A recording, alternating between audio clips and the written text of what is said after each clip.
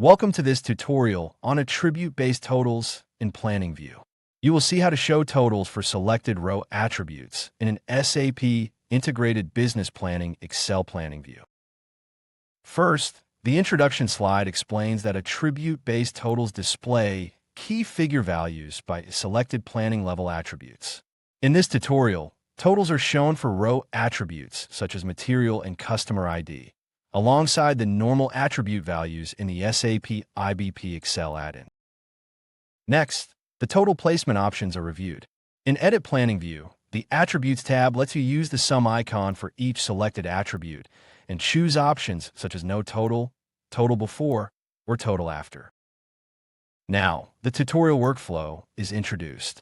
The example starts from a monthly planning view with material, customer ID, and actuals quantity, then sets total after for material and customer ID, so subtotal rows and a grand total row appear after the grouped values.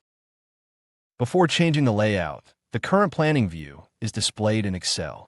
It shows monthly columns and row attributes such as material and customer ID.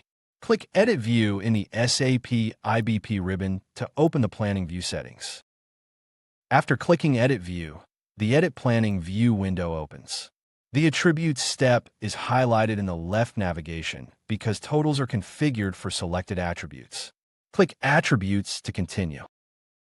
After opening Attributes, the All Attributes and Selected Attributes areas are displayed. Material and Customer ID are already selected, and each selected attribute has a total dropdown. Open the Total dropdown for Material. After opening the Material Total dropdown, the available choices are shown. Choose Total After, so the material subtotal will appear after the material group in the Refresh Planning View. Next, Material now shows Total After, and Customer ID still has its own total dropdown.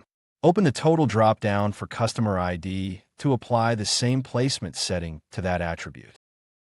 After opening the Customer ID Total dropdown, choose Total After.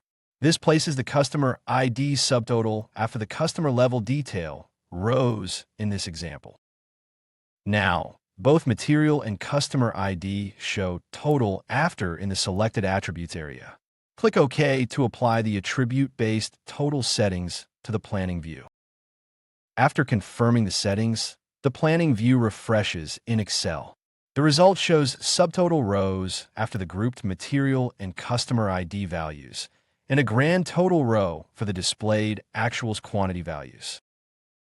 In summary, attribute-based totals let you display calculated totals for selected row attributes in a planning view. In this workflow, you opened Edit View, used the Attribute step, set total after for material and customer ID, and applied the changes to display subtotal and grand total rows. The exact attributes, key figures, templates, periods, and values may vary by system setup and planning configuration. Thank you for watching this tutorial. We hope you found it insightful.